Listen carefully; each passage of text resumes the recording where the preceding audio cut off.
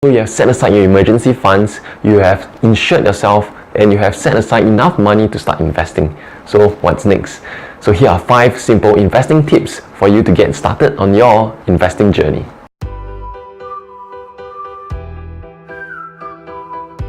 Okay, so the first tip is to get out of cash and into assets. Now, this is a tip recommended by Warren Buffett, who is one of the richest investors in the world. And this is because cash is the worst form of investment.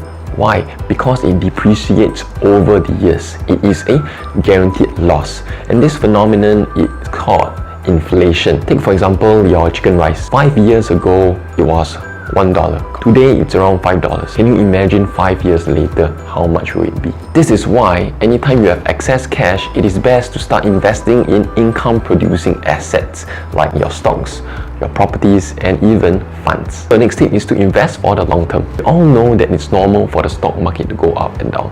Okay, that is why it's so advisable to invest for the long term, because the stock market goes up in the long run. In fact, the longer you hold, the higher the chance of you making a profit. Think of it as a roller coaster that you are in. Okay, as long as you do not get out from the roller coaster, you are safe. The third tip is to use the dollar cost averaging strategy. This strategy is endorsed and recommended by Warren Buffett himself. Dollar cost averaging is simply setting aside a fixed sum of money for a fixed period of time.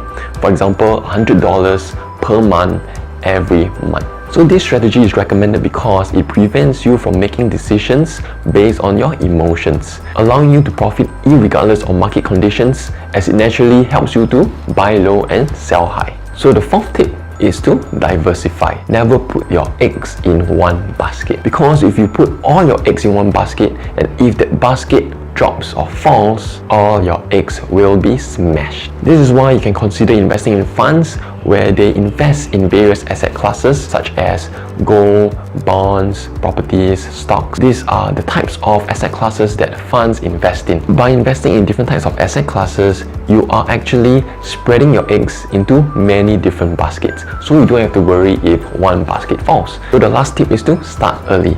Never underestimate the power of compounding interest. The easiest way to think about compounding interest is just like your snowball. Earlier you start, the longer the time your snowball has to roll, and the bigger your snowball will be. So once you have set aside enough money to start investing, and once you know how much you need to set aside to reach your goals, it is time to start ASAP. In fact, start taking action today.